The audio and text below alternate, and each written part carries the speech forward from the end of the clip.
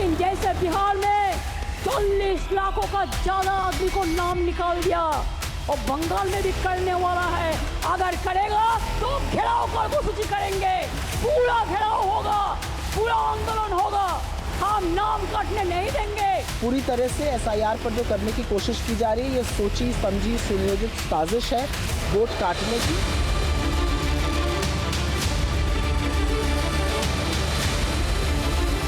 Sir, Mamata Banerjee जो है SIR का विरोध कर रहे हैं, तो उनसे पूछिए, मैं क्या बोल सकता हूँ। गंगा जी यहाँ बिहार से बहते हुए ही बंगाल तक पहुंचती है। बिहार ने बंगाल में भाजपा की विजय का रास्ता भी बना दिया है। इन्होंने चुनाव चोरी किया है। घुसपैठिया और रोहिंग्यास को असेंबल करके जो डेथ वोटर है, जो इलीगल इन्फिल्ट्रेटर्स है, उनको प्रोटेक्ट करने के लिए वर्क कर रहा है। ममता बनर्जी कौन होती है?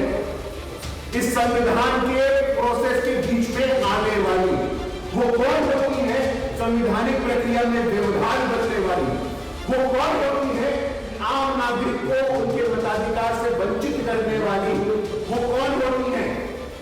ये प्रश्न आज पश्चिम बंगाल के लोग पूछ रहे हैं। तो आज बहस का मुद्दा है एसआईआर। सवाल हैं कई जिनका जवाब तलाशने की हम कोशिश करेंगे। सवाल यही कि एसआईआर प्रक्रिया से पश्चिम बंगाल के मुख्यमंत्री ममता बनर्जी को आपत्ति क्यों है? क्या एसआईआर की प्रक्रिया अत्यधिक जल्दबाजी में और किसी खास उद्देश्य से की जा रही है? क्या फर्जी और घुसपैठियों का वोट बचाने के लिए पार्टियां इस प्रक्रिया को रोकने का दबाव बना रही हैं? ये कई सवाल हैं जिनका जवाब हर कोई जानना चाह रहा है। और इसी मुद्दे पर बात करने के लिए खास पैनल हमारे साथ जुड़ रहा है। विश्व हिंदू परिषद के राष्ट्रीय प्रवक्ता विजय शंकर तिवारी साहब हमारे साथ जुड़ चुके हैं। हमारे साथ जुड़ रहे हैं अनुराग भदौरिया साहब, प्रवक्ता हैं समाजवादी पार्टी के। हमारे साथ मीता चक्रवर्ती जुड़ रहे हैं जो प्रवक्ता हैं कांग्रेस पार्टी के। और विनोय सिंह साहब हमारे साथ जुड़ रहे हैं जो टीएमसी के समर्थक हैं। आप चारों का बहुत बहुत स्वागत है। सबसे पहला सवाल विजय शंकर तिवारी जी आपसे। ये जो तमाम विपक्षी दल हैं ये आरोप लगा रहे हैं कि जानबूझकर वोट काटने के लिए आप इस तरीके की साजिश रच रहे हैं, मतलब जो सरकार है वो इस तरीके की साजिश रच रही है। क्या कहेंगे आप, क्यों इतनी जल्दबाजी है? अनुराग जी, बिहार में आपने देखा है कि 47 लाख वोट लगभग ऐसे अवैध मतदाता थे, या तो मृत थे, स्थानांतरित थे, या डुप्लीकेट थे, या अवैध कहीं से आए थे, उनको हटाया गया है और 21 लाख नए जोड़े गए हैं। तो ये एक बड़ी पारदर्शी प्रक्रिया है और ये कोई नई प्रक्रिया नहीं है कि ये अभी हो रही है, इसके पहले भी होती रही है। हर 10 साल में प्रावधान है कि ये होना चाहिए, क्योंकि बहुत सारे नाम ऐसे होते हैं जो कई बार रह जाते हैं, कई बार और अवैध जोड़े जाते हैं, जानबूझकर जोड़े जाते हैं, षड्यंत्र पूर्वक जोड़े जाते हैं और जोड़े गए हैं, ये देखा जा रहा है। तो बंगाल में तो दीदी को इसीलिए चिल्ला रही हैं कि जो अवैध लोग हैं, जो मृत हैं, तो मृत तो स्वाभाविक हटाए जाएंगे, उनको तो रखा नहीं जाएगा ना। इसलिए एसआईआर प्रक्रिया ये देश के लिए बहुत पारदर्शी ढंग से बिहार में हुई है, क्योंकि लोग कोर्ट जाते हैं या लोग अपनी शिकायत करते हैं, एक भी निकल के नहीं आया है।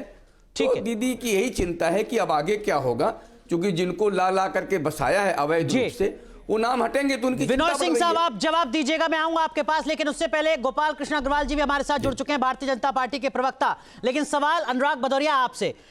विश्व हिंदू परिषद के प्रवक्ता विजय शंकर तिवारी जी कह रहे हैं कि कोई पहली बार तो हो नहीं रहा है वोटर लिस्ट का पुनरीक्षण, ये तो एक सामान्य प्रक्रिया है। आजादी के बाद भी हुई थी, 80 के दशक में भी हुई, 90 के दशक में भी हुई, 2002-3 में भी एसआईआर जैसी प्रक्रिया हुई इस देश में, दिल्ली उत्तराखंड जैसे राज्यों में हुई। तो अगर देश में या देश के 10-12 राज्यों में हो रही है इस बार, तो दिक्कत क्या है? भदौरिया साहब।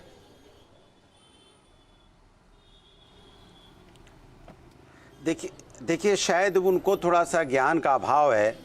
बिहार में 2 महीने पहले आपने एसआईआर किया और 2 महीने में कितनी जल्दी आप वोट काट दिया आपने। 2 महीने में क्या एसआईआर की प्रक्रिया पूरी हो सकती, मैं आपसे पूछना चाहता हूँ। 11 साल से आपकी सरकार थी, 11 साल पहले तो आपने नहीं किया एसआईआर। करना चाहिए था, बिल्कुल करना चाहिए था, लेकिन आपने चुनाव के ऐन वक्त में क्यों किया, जिससे कि किसी को पता ना चल पाए। जल्दी जल्दी जो वोट कटेंगे उसके बाद हमारी अपनी राजनीति चमक जाएगी। आपने कहा 47 लाख वोट कटे, अवैध थे, ये थे, वो थे। अरे भाई अवैध कोई नहीं है। आपके यहाँ पे घुसपैठियों के नाम पे आपने एसआईआर कराया था और बिहार में घुसपैठिए 390 मिले थे।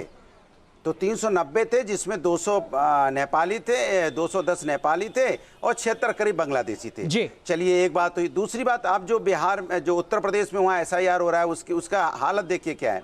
ये एसआईआर कर रहे हैं, बीएलओ इनके हैं। आप बताइए एक बूथ पे 1000 कम से कम मतदाता होता है। इनका बीएलओ कभी भी समय से मैंने देखा है, बीएलओ को खुद नहीं पता करना क्या है। बीएलओ को हमने खुद बुलाया था, हमने कहा हम मिलने जाते हैं, देखे बीएलओ मिल ही नहीं रहे, तो हमने फ़ोन किया तो बीएलओ मिलने आए। तो मैंने उनसे पूछा ये फॉर्म कैसे भरा जाता है।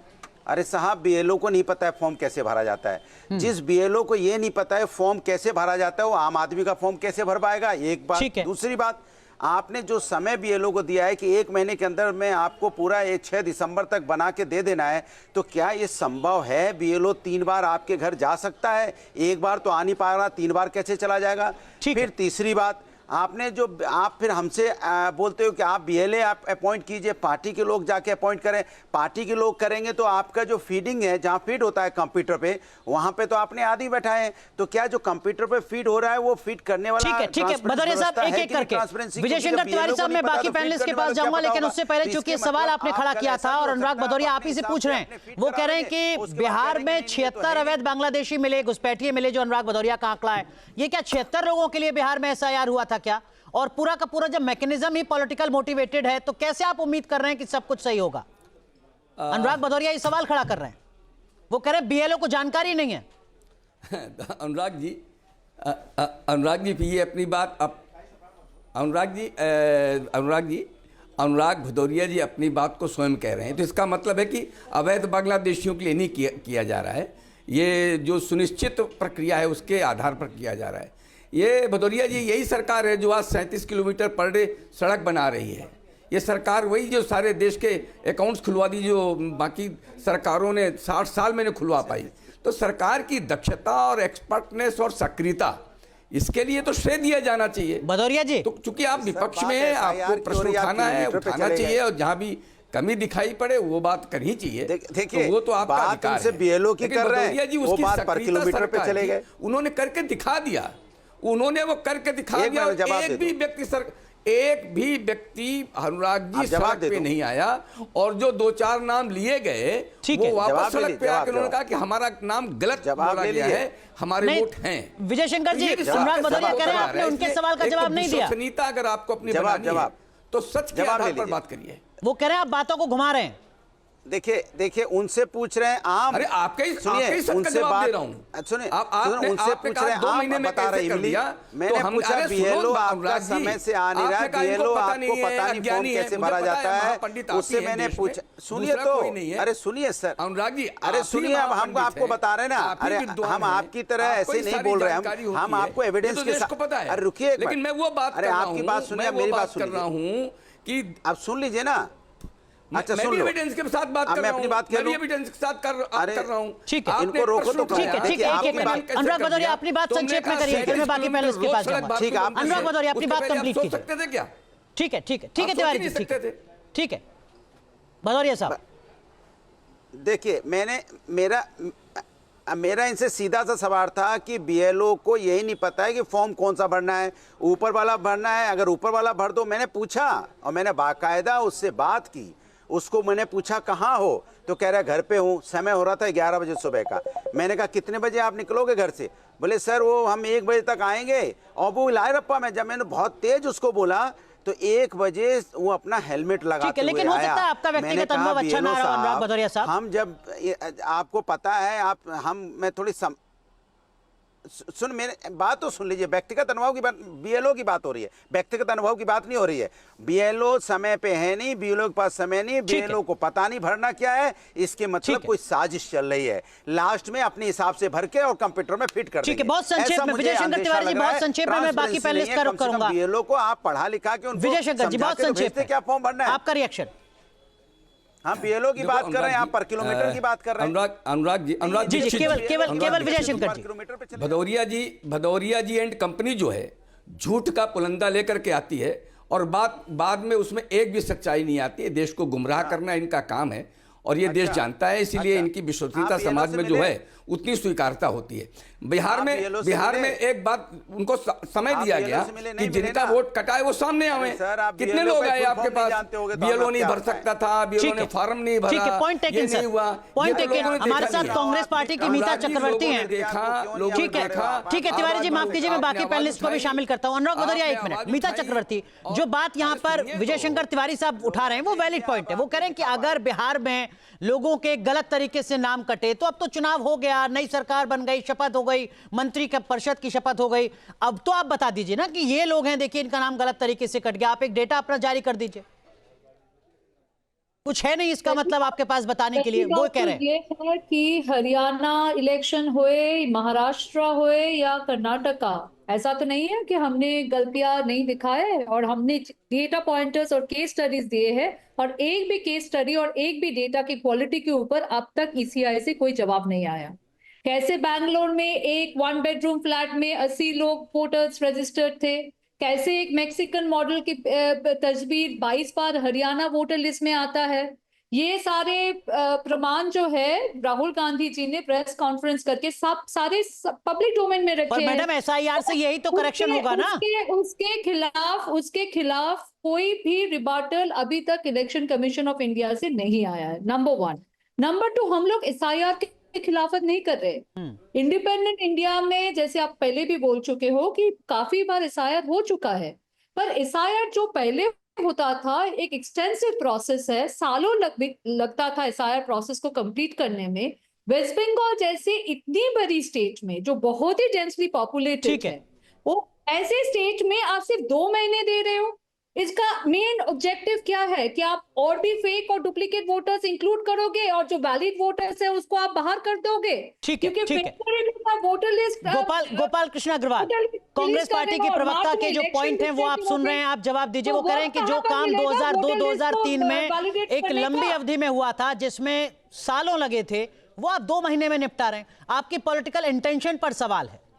नहीं, देखिए, कांग्रेस जो बार बार इसके लिए वोट चोरी और इस सब के साथ जोड़ना चाहती है, तो जो कांग्रेस जिस बात को उठा रही है कि इलेक्टोरल रोल्स में कमी है, उस कमी को दूर करने की प्रक्रिया क्या है? एसआईआर ही तो है, और पूरा समय दिया गया। सुप्रीम कोर्ट के ऑब्जर्वेशन में हुआ है। इन्होंने, अपोजिशन के लोग सुप्रीम कोर्ट में गए थे, कई एनजीओ भी गए थे।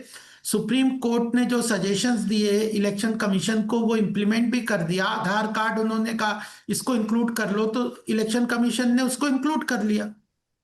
अब आप पश्चिम बंगाल में देख लीजिए, अभी आज ही मैं सवेरे एक रिपोर्ट देख रहा था रमेश जी, लोग वहां से जो घुसपैठिए थे, इलीगल बांग्लादेश से घुस के पश्चिम बंगाल में घुसे हुए हैं, वो वहां को छोड़ के बॉर्डर पे रश कर रहे हैं, बाहर वापस बांग्लादेश जा रहे हैं। तो इसका मतलब स्पष्ट रूप है से वहां पे बीएसएफ और वो सब देख रही है, उनके बायोमेट्रिक ले रही है, प्रक्रिया के साथ देख रही है कि वो कुछ तो 10-10 साल। लेकिन गोपाल जी देखिए, कई आंकड़े, आज रमेश भट्ट नहीं, मैं अनुराग दीक्षित इस जिम्मेदारी को संभाल रहा हूं। ठीक है, लेकिन कुछ सवाल हैं जिनका जवाब मैं आपसे जरूर तलाशूंगा। लेकिन टीएमसी के समर्थक हैं विनोय सिंह साहब हमारे साथ। विनोय जी देखिए, जब ये एसआईआर का जिक्र होगा, पश्चिम बंगाल का जिक्र होगा, तो बांग्लादेशियों का जिक्र होगा, रोहिंग्याओं का जिक्र होगा, घुसपैठियों का जिक्र होगा, और जब आप एसआईआर का विरोध करते नजर आएंगे तो जो आपकी इंटीग्रिटी है, जो आपकी क्रेडिबिलिटी है, उस पर कहीं ना कहीं सवाल बीजेपी खड़ा करेगी कि आप घुसपैठियों को बचाना चाहते हैं, आप चाहते हैं कि रोहिंग्या यहां पर डटे रहें, बसे रहें। कैसे आप उसको डिफेंड करेंगे? विनोय सिंह साहब।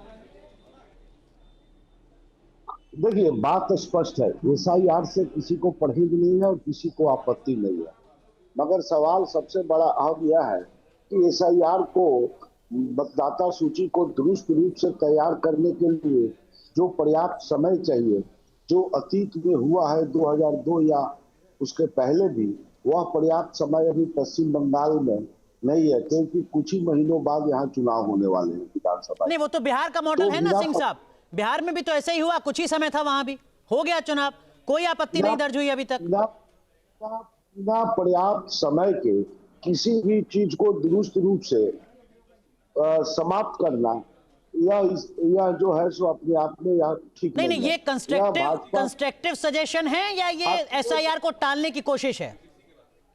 नहीं, टालने की नहीं। भारतीय जनता पार्टी सिर्फ समाज में और राज्य में या पूरे देश में एक अस्थिरता, अराजकता एवं एक तनाव उत्पन्न करना चाहती अनुराग है। जी, एक चीज पूछना चाहता हूं कि ये कहते हैं कि इलेक्टोरल रोल्स में कमी है जी, उसको ठीक करने का तरीका क्या, मतलब और कोई तरीका तो बहुत तरीका है?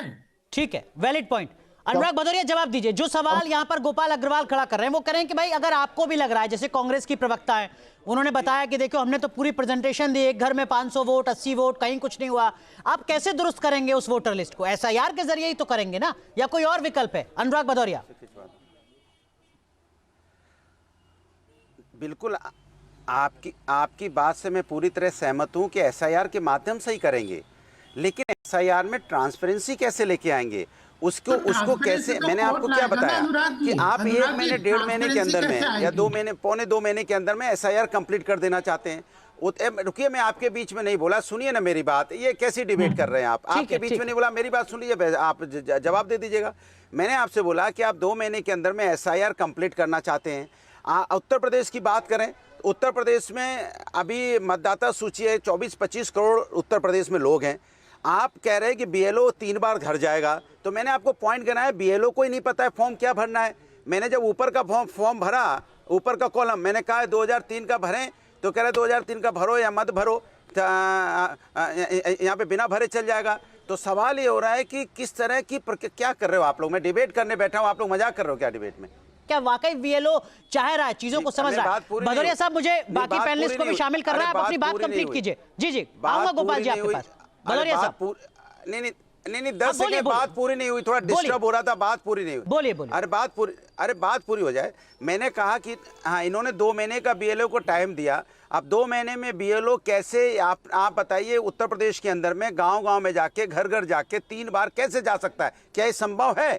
जो आदमी 1 बजे बीएलओ उठता है, वो 3 बजे तक घर माने 2 महीने में 3 बार हो आएगा? एक बात। दूसरी बात, बीएलओ को आपने ट्रेन नहीं किया, करना क्या है? इसके मतलब बीएलओ को आपने भेज दिया, खाना पूर्ति कर रहे हैं, जब आपको फिट करना होगा, जो मन होगा आप फिट कर देंगे, उसके बाद कहिए आप एप्लीकेशन लगाते रहिए। आम आदमी के पास इतनी फुर्सत है कि सुबह रोजगार करने जाता है, शाम को लौटता है, वो आपके पीछे कब तक घूमता रहेगा? ये जिम्मेदारी आपकी सुनिश्चित करनी चाहिए। अनुराग भदौरिया साहब, आपने ही या एक और पैनलिस्ट है, उन्होंने कहा कि लगभग 1000 मतदाताओं के ऊपर एक बीएलओ है। अगर उस हिसाब से भी कैलकुलेट करें तो इतना बड़ा रॉकेट साइंस नहीं हो सकता, लेकिन ठीक है, आपका पॉइंट टेकन।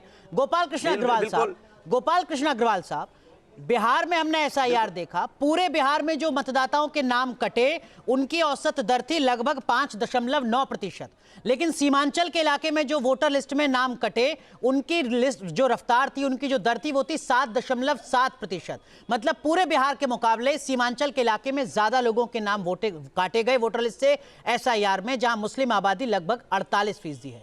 तब जबकि विपक्ष ये कहता है कि आप चिन्हित करके खास समुदाय के नाम वोटर लिस्ट से हटाना चाहते हैं। बिहार का उदाहरण है हमारे पास। गोपाल जी देखिए, तो ये तो अल्टीमेटली मैं इनसे पूछना चाहता हूं कि क्या यह देश में केवल मुसलमानों की चिंता करते हैं क्या कांग्रेस और अपोजिशन वाले? अरे जब पूरे देश, पूरे 60 लाख से ऊपर लोगों के वहां पे मतदाता, मुसलमानों की बात ही नहीं हुई यार। मुसलमान कहां से ले आए बीच में? कैसी बातें कर रहे? मैंने कब मुसलमान का नाम लिया? नहीं, किसने मुसलमान का नाम लिया? अनुराग भदौरिया साहब, मेरा सवाल है क्या? मेरे सवाल का जवाब मन में चोर है क्या आपके? किसने मुसलमान का नाम लिया? मैंने कहा कोई मतदाता छूट ना जाए। आप मुसलमान किसने बोला था? किसने मुसलमान बोला था? ये मानसिकता जो आपकी विकृत मानसिकता है, जो विचित्र मानसिकता है, इसको सुधारिए। राजनीति है, मत कीजिए टीवी डिबेट बैठ के। हम सब हिंदुस्तानी है। मुसलमान का नाम तो किसी ने नहीं लिया, आप मुसलमान का नाम कैसे लेके आ गए बीच में? अरे भदौरिया साहब, मैंने एक आंकड़ा रखा, उसका जवाब दे रहे हैं गोपाल जी।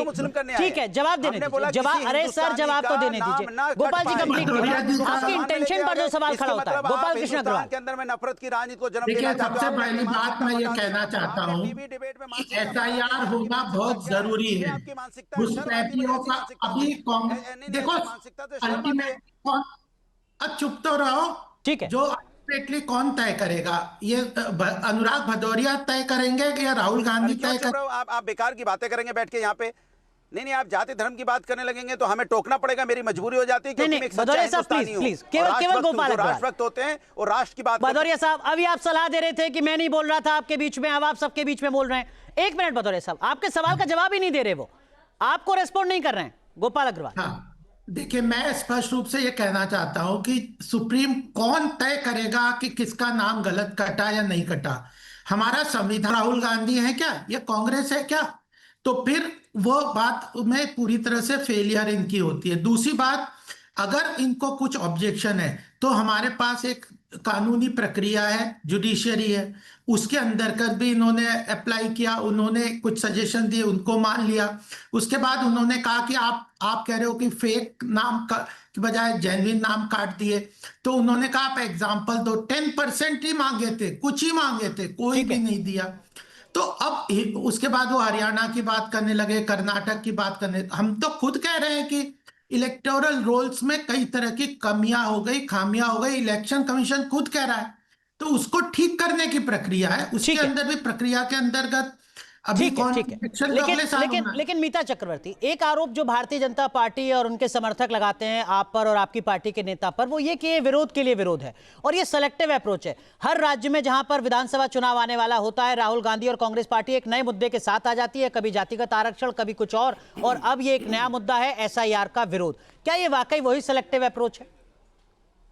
देखिए, ये सिलेक्टिव अप्रोच तब होता अगर हम लोगों ने जो वोट चोरी के ऊपर जो आरोप लगाए हैं, अगर वो आरोप हवा में लगाते। हमने डेटा पॉइंटर्स और केस स्टडीज के साथ आरोप लगाए थे, और वो केस स्टडीज और डेटा पॉइंटर्स मुझे खत्म करने दीजिए।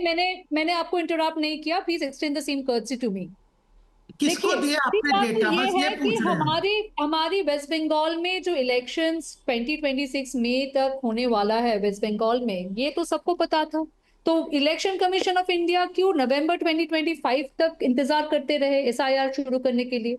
फिर वो फरवरी में फाइनल वोटर लिस्ट रिलीज करेंगे और मार्च में इलेक्शन डिक्लेयर हो जाएगा। पर लेकिन मैडम माफ कीजिए, मैं आपको रोक रहा हूँ। उत्तर प्रदेश में तो 2027 में विधानसभा चुनाव, वहां तो SIR अभी शुरू हो गया है। कर पाएंगे कि अगर वोटर लिस्ट ऐसे तो हर राज्य अपनी अलग दलील देने लगेगा। ऐसे तो कभी नहीं हो सकेगा। नहीं, यूपी में तो 2027 में चुनाव है, वहां 2025 में SIR शुरू हो गया है। एक्सक्लूड कर देंगे मीता जी। जलपाईगुड़ी में BLO2 शांति मुनि, एक ट्राइबल लेडी, कुछ दिन पहले शी हैज कमिटेड सुसाइड क्योंकि उसके ऊपर एक्सेसिव वर्क स्ट्रेस था। तो इसके 22 people have lost their lives in West Bengal. What are we talking about? ठीक है। विजय शंकर जी, आप जवाब दीजिएगा इस बात का कि क्यों आखिर ये जल्दबाजी है और बेवजह का कोई मुद्दा तो नहीं बनाया जा रहा। लेकिन मीता चक्रवर्ती, एक सवाल जो भारतीय जनता पार्टी आपसे पूछेगी वो ये कि क्या आप नहीं चाहती हैं कि इस देश में जो अवैध रूप से रह रहे हैं रोहिंग्या या बांग्लादेशी घुसपैठिए, उनको निकाला जाए? इलीगल इमिग्रेंट्स को निकाला जाए, पर इलीगल इमिग्रेंट्स आए कैसे? बॉर्डर सिक्योरिटी फोर्स और बॉर्डर कौन देखता है? ये अमित शाह की रिस्पॉन्सिबिलिटी नहीं है केवल। बांग्लादेशी आ चुके हैं, वेस्ट बंगाल में रह रहे हैं, दूसरे स्टेट। मीता चक्रवर्ती 2004 या 5 में, मीता चक्रवर्ती मैं आपको करेक्ट करता हूँ। मीता चक्रवर्ती मैं आपको करेक्ट करता हूँ। 2004 या 5 में Shri Prakash Jaiswal MOS home affairs थे, उन्होंने पार्लियामेंट में बताया था इस देश में 1 करोड़ 20 लाख घुसपैठिए हैं जो अवैध रूप से रहते हैं। 2016 में किरण जो MOS होम अफेयर्स थे, उन्होंने बताया कि वो बढ़कर 2 करोड़ हो चुके हैं। उन 10-11 साल में 80 लाख अवैध घुसपैठिए इस देश में बढ़े। आपकी पॉलिटिकल पार्टी सत्ता में थी।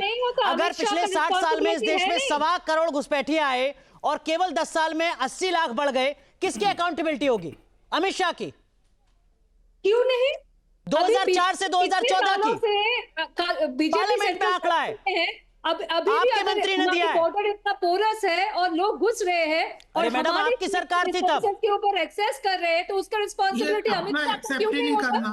ठीक है, विजय शंकर तिवारी साहब, और क्या ऐसे जवाबदेही से बचा जा सकता है क्या ना करे कि अगर 2004 से 2014 तक भी घुसपैठिए घुसे 80 लाख जो पार्लियामेंट में बताया है, उसके लिए भी हम जिम्मेदार नहीं होंगे? विजय शंकर तिवारी साहब। अनुराग जी, एक मिनट इनको बंद कराइए जरा, फिर बात करता हूँ। बोलिए। देखो अनुराग जी, 2 बातें एक साथ आ गई कि 2 महीने में ऐसा हो सकता है क्या? लेकिन मैं दोबारा कहता हूँ कि बिहार में जिस प्रकार से SIR बहुत अच्छे से क्रियान्वयन हुआ, बीच में 2-4 नाम लाए गए थे झूठे, लेकिन बाद में उन्होंने ऑन कैमरा कहा कि मेरे वोट हैं, मुझे कहलवाया गया था, फरेब से कहलवाया गया था, छद में कहलवाया गया था। तो कुल मिलाकर के सारे देश को ध्यान में आया कि SIR बहुत अच्छे से सक्सेसफुली बिहार में हो गया। अब बंगाल को तो उसमें कुछ कहने नहीं चाहिए क्योंकि वहाँ सक्सेसफुली हो गया, यहाँ भी हो जाएगा। दूसरा विषय, हमारे मित्र भदौरिया जी कह रहे थे कि 2 महीने में हो सकता है क्या, 2 महीने में हो सकता है क्या?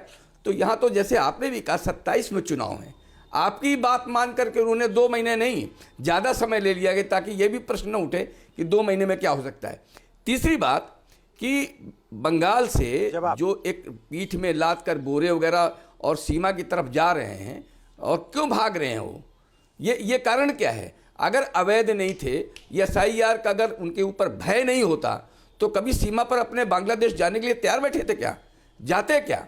क्योंकि अब SIR में सजा भी है, आर्थिक दंड भी है। ठीक है, दोनों चीजें जब साथ में आ गई तो कोई बचा नहीं सकता है। तिवारी जी, भदौरिया साहब रेस्पॉन्ड करना चाह रहे हैं आपको। होने नहीं देंगे, होने नहीं देंगे। केवल अनुराग भदौरिया साहब, प्रदेश की मुख्यमंत्री, भदौरिया साहब बोलिए। उनको ऐसा कहना चाहिए। जवाब।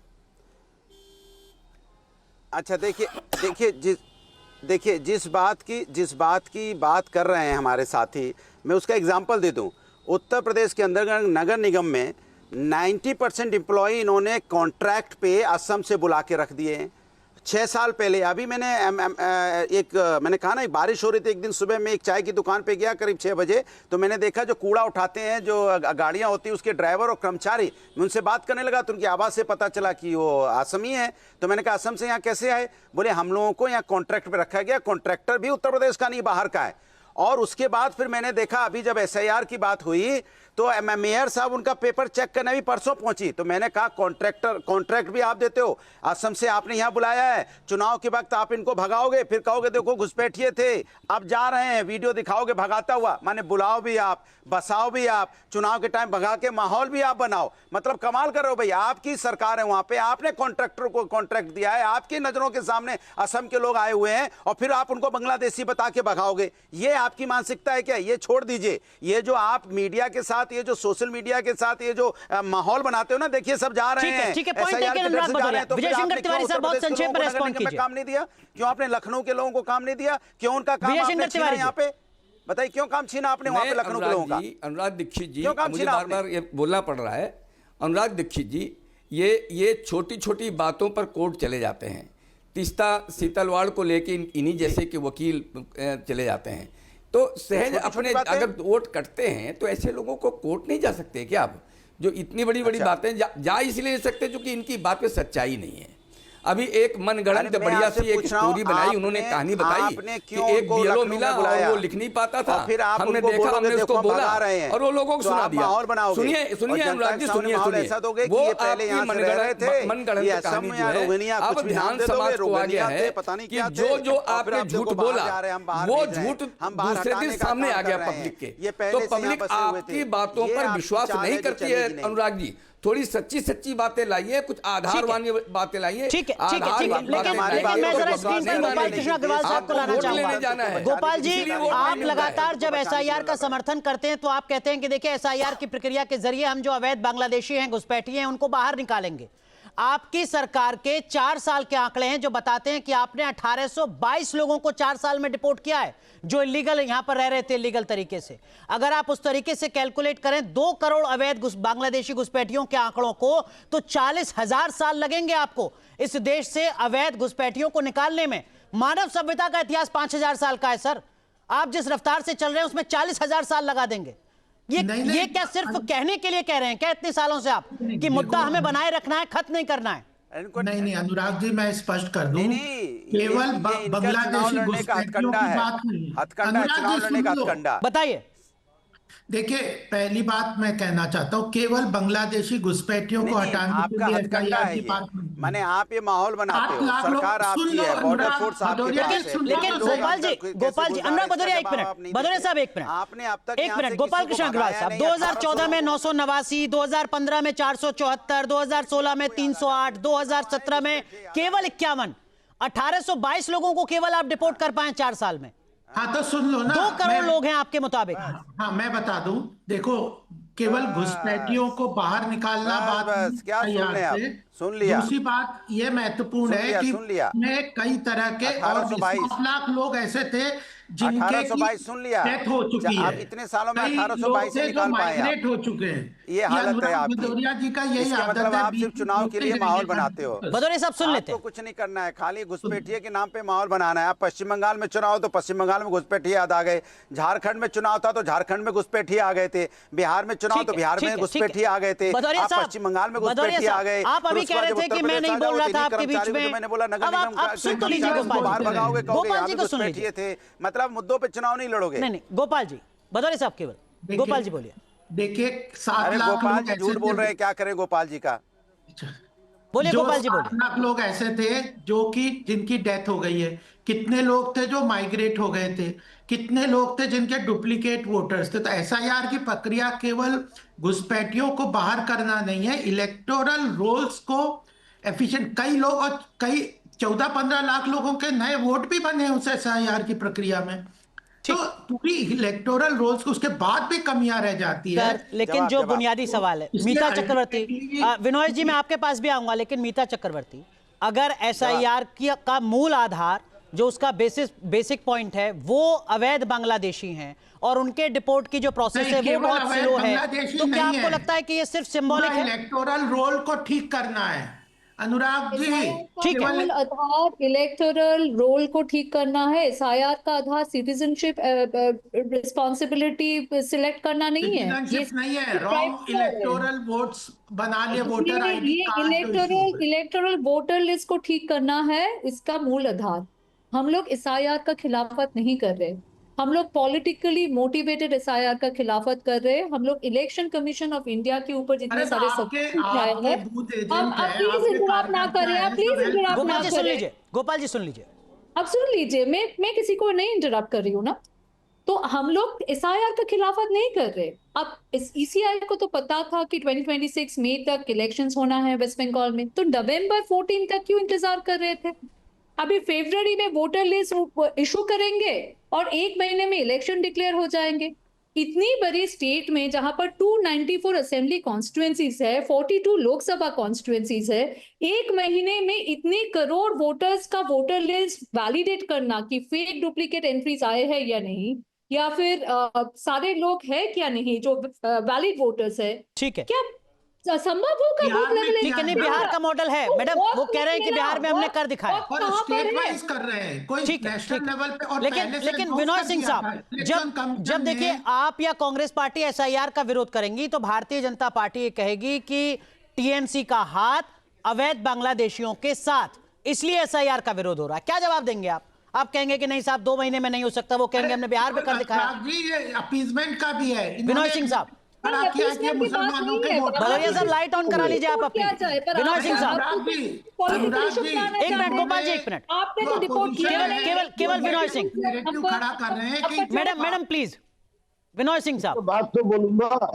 हाँ देखिए, 3 दिन पहले तक पश्चिम बंगाल में सिर्फ 5 लाख की एसआईआर फॉर्म नहीं हो पाया और अधिकतर मैक्सिमम फॉर्म डिस्ट्रीब्यूट हो चुका है और भी फॉर्म डिस्ट्रीब्यूट रोज हो रहे हैं। और मुझे आशा है कि आज के दिन तक ये फॉल्स नैरेटिव करके फियर साइकोसिस करना चाहते हैं माइनॉरिटीज में। भारतीय जनता पार्टी की एक ही मंशा है, सांप्रदायिक अफरा तफरी करना। ये जो सीएए के द्वारा अभी भी कितने हिंदू टेंशन कैंप में है और पश्चिम बंगाल में सबसे ज्यादा समस्या जो हिंदू शरणार्थी 1971 के बाद बांग्लादेश से मथुआ संप्रदाय के आए हुए थे, सबसे ज्यादा भय और आशंका में आज वे। पर सर अगर उनका 2002-2003 की वोटर लिस्ट में नाम है तो किस बात का भय? भारत इसके लिए पर्याप्त समय चाहिए। अभी जो ये कौन तय करेगा? वो पर्याप्त नहीं है। ये चुनाव आयोग जैसी संवैधानिक संस्था तय करेगी या पॉलिटिकल पार्टी के प्रवक्ता तय करेंगे? चुनाव आयोग तो भारतीय जनता पार्टी की गुलाम है। करोड़ों वोटों की तो इलेक्टोरल रोल को तो हर बार कांग्रेस कुमार जो है तो भारतीय जनता पार्टी के पेड एम्प्लॉय है। ठीक है, जो भारतीय ठीक है, एक सेकंड, एक एक करके अनुराग भदौरिया साहब, जो बात अभी गोपाल अग्रवाल जी कह रहे थे वो ये कह रहे थे कि देखो एसआईआर के नाम पर डर पैदा करने की कोशिश कर रहा है विपक्ष, खासकर माइनॉरिटी में। उन्होंने मुस्लिम नाम नहीं लिया, भाव उनका यही है। अनुराग भदौरिया, और ये एक नैरेटिव क्रिएट कर रहे हैं। ठीक है, ठीक है, भदौरिया साहब। देखिए, मैंने आपको पहले बोला कि हम ये सब शब्दों का इस्तेमाल ही नहीं करते कि किसको डर पैदा किया जा रहा है, नहीं पैदा किया जा रहा है। ये माहौल बनाने लगे ना, देखा, ये माहौल बनाते हैं कि डर पैदा किया। हमने कब बोला कि माइनॉरिटी को डर पैदा किया जा रहा है? हमने ये बोला ट्रांसपेरेंसी व्यवस्था होनी चाहिए, एसआईआर करने के लिए पर्याप्त समय होना चाहिए और जो ट्रेंड बीएलओ होने चाहिए। आपको एक व्यक्ति, आप पहले आधार कार्ड नहीं मान रहे थे, आपने कहा आधार कार्ड नहीं मानेंगे। जब हम लोगों ने सर्वोच्च न्यायालय गए तो सुप्रीम कोर्ट ने बोला आधार कार्ड भी चलेगा। वो आधार कार्ड आप मानने को तैयार नहीं थे। जो आधार कार्ड आपने बनवाया, अरबों रुपए खर्च हुए आधार कार्ड बनाने के लिए, तो आप सरकार का पैसा भी बर्बाद करते हो, आधार कार्ड भी नहीं मानेंगे। जब मेरा आधार कार्ड ही नहीं मानेंगे तो आप मुझे हिंदुस्तानी नहीं मान रहे। आधार कार्ड तो केंद्र सरकार ने बनाया था। अगर आधार कार्ड को आप मानने को नहीं तैयार थे, इसके मतलब आप मुझे हिंदुस्तानी मानने को नहीं तैयार थे, तो आपकी मंशा पे शंका तभी हो गई थी। वो मान लीजिए सर्वोच्च न्यायालय के आदेश के बाद आपने आधार कार्ड जोड़ा, वरना आधार कार्ड मानने को तैयार नहीं थे। ये आपकी मानसिकता है, ये आपका चरित्र है। आप चाहते नहीं कि आप कब्जा करना चाहते हो। आप चाहते हो हम जो चाहेंगे वही होगा, हम जो कंप्यूटर में फिट कर देंगे, लास्ट मोमेंट पे 1 महीने पहले फिट करेंगे, 1 महीने में अफरा तफरी रहेगी, कोई कुछ कहेगा नहीं। क्योंकि देखो 50% लोग, 60% लोग अपने काम धंधे में बिजी हैं, वो इतना सवाल यहाँ पे सवाल जवाब कर नहीं पाएंगे और हम अपना पतली गली से निकल लेंगे चुनाव जीत के। तो आप जनता को गुमराह करना चाहते हैं, जनता की जो समस्या है उसके समाधान नहीं करते, जनता को उलझाना चाहते हैं। आप उनको समय कम देके, क्योंकि आप जानते हैं जनता रोज की रोजी रोटी में बिजी है। आपने तो रोजगार किया नहीं, वो बेचारा किसी तरह से रोजी रोटी कर रहा है। ठीक है, विजय शंकर तिवारी जी, 40-40 किलोमीटर अगर एसआईआर का एक मकसद घुसपैठियों को चिन्हित करके बाहर निकालना भी है, जो सरकार की तरफ से लगातार दावा भी किया जा रहा है, तो जो पिछला ट्रैक रिकॉर्ड है सरकार का, वो तो इसकी तस्दीक नहीं करता ना सर।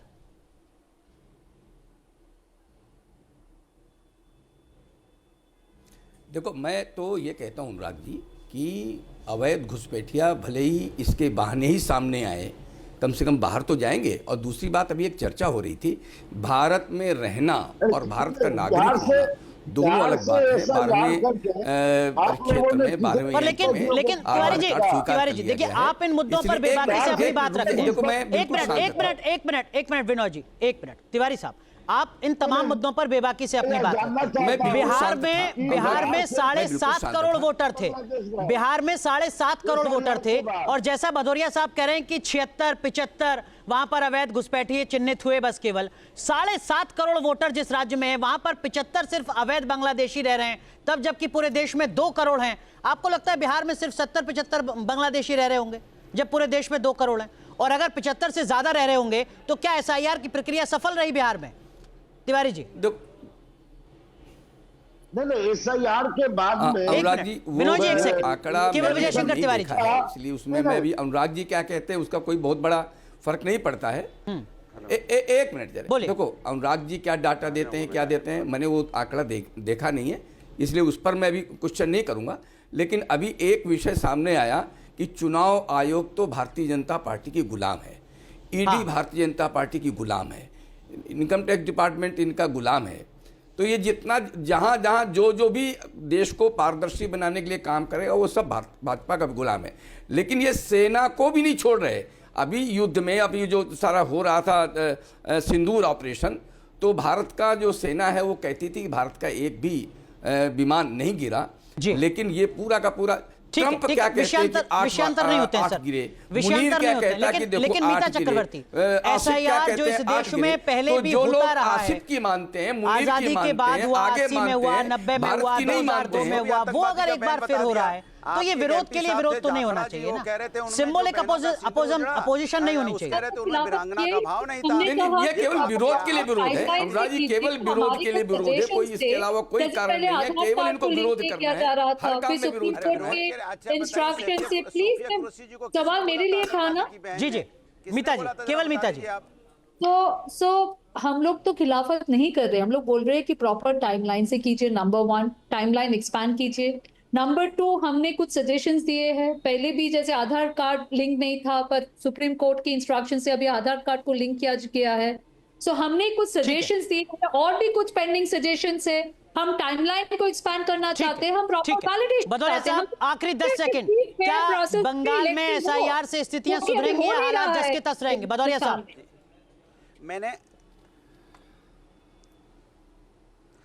देखिए भारतीय जनता पार्टी, मैं चुनाव आयोग से कहूंगा कि ट्रांसपेरेंसी को लेके आइए। ये हड़बड़ी में जो एसआईआर कराते हैं इससे संदेह पैदा होता है। जैसा कि आप जिस तरह से बोला आधार कार्ड को मानने को तैयार नहीं, सर्वोच्च न्यायालय ने बोला तब आप तैयार हुए, तो क्या जनता कितनी बार सर्वोच्च न्यायालय जाएगी? अपोजिशन के जो भी कंस्ट्रक्टिव सजेशन है, हम इलेक्शन कमीशन से रिक्वेस्ट करेंगे कि उनको एनालिसिस करके उनको। चलिए देखते हैं कि आगे किस तरीके से एसआईआर के मुद्दे पर और ज्यादा सियासी घमासान मचेगा। बहुत बहुत शुक्रिया आप सभी का जुड़ने के लिए इस जरूरी मुद्दे पर। धन्यवाद। वक्त एक छोटे से ब्रेक का है। जहां भक्ति है हर शब्द में, कथाओं में छुपे हैं दिव्य रहस्य और ज्योतिष देता है जीवन को दिशा। धर्म से जुड़ी हर बातों को जानने के लिए हमारे चैनल स्तुति को सब्सक्राइब करें। चैनल पर जाने के लिए इस लिंक पर क्लिक करें।